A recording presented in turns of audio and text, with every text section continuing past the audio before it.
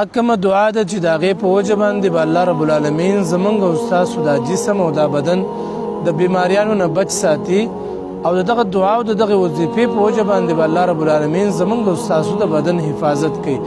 رسول الله صلی الله علیه وسلم فرمایي څوک چې 3 کرته سحر کې او 3 کرته ماښام دا دعا وایي د دې دعا او د دې وظیفې په وجه باندې به الله رب العالمین د دې انسان د بدن حفاظت کوي او د دې انسان دا بدن چې دی نو دا به بچ ساتي.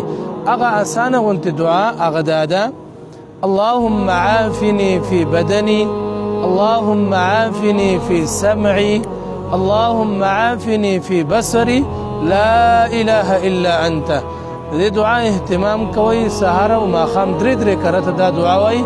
ان شاء الله تعالی زمونږ او ستاسو د بدن حفاظت چې دی دا به الله رب العالمین کوي. دا ویډیو ورسره مخکې شیر کړئ، ستاسو لپاره به صدقه جاریه وګرځي. السلام علیکم ورحمة الله وبرکاته.